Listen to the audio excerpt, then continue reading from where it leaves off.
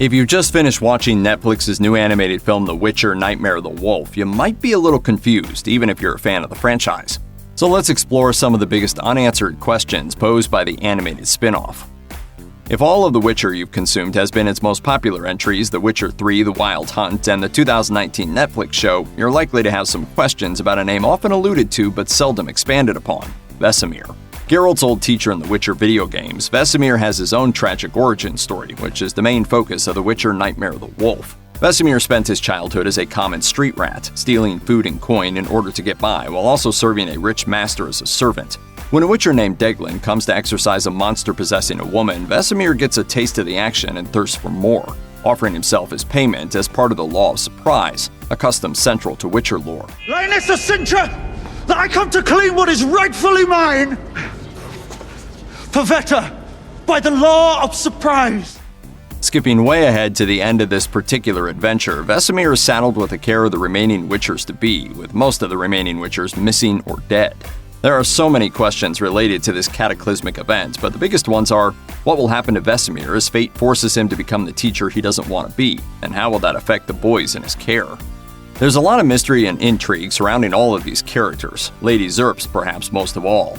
She was a childhood friend of Vesemir's until he decided to undergo the brutal and deadly training of becoming a Witcher, leaving her behind. She did not, however, share Vesemir's humble status. She's of noble blood and rose through the ranks due to careful political ploys and lucky coincidences to eventually become an esteemed advisor to the king. After the events of Nightmare of the Wolf, however, Tetra uses a powerful illusion to trick Vesemir into fatally wounding Lady Zerbst, who is now a 70-year-old woman. Vesemir, who is of a similar age but much younger looking due to the expanded lifespan gifted to Witchers, tearfully says goodbye to Lady Zerbst next to the lake they dreamed of sharing together as she dies in his arms in peace. This might seem to be a definite end to Lady Zerbst's story, but then again, she may appear as a ghost, wraith, or other creature of the underworld. Or we may get to go back in time and see more of her story.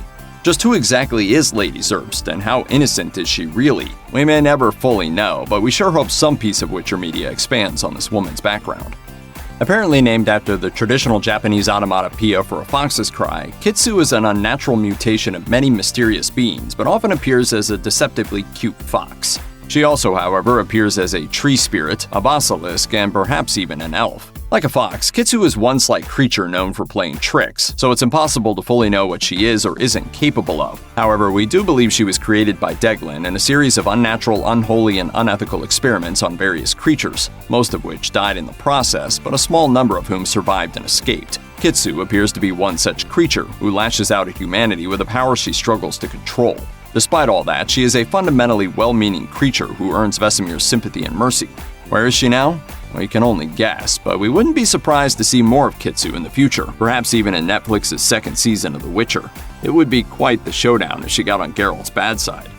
Deglan grew up in the Skellige Isles, where he was taught the worst lessons from a young age. Never show fear or mercy, rule with an iron fist, think of your cause first, yourself second, and everyone else dead last. He's the franchise's walking totem of toxic masculinity. Like most characters in the universe of The Witcher, however, he's still relatable, even if he is the closest thing to a villain in the movie. As a Witcher himself, he inspired Vesemir to take up the life he chooses, and trained him to become one of the strongest Witchers ever, even if the process nearly killed him. He is the morally gray father figure to Vesemir, as Vesemir will become the morally gray father figure to Geralt. However, he crosses the line when he creates the demented, tortured, monstrous mutants, including Kitsu. He intends to sick these tortured creations on the unsuspecting humans, who would then have no choice but to provide more coin to Witchers in order to eradicate them. It's an ingenious, evil plan, until Vesemir puts a stop to it, killing Deglan in the process. Barring any spiritual hauntings or miraculous recoveries, this appears to be the end of the tale of Deglan, but we still have much to learn about his own origins. Will we ever learn the exact chilling details of what made Deglan become such a twisted person? We aren't holding our breath, but one can dream.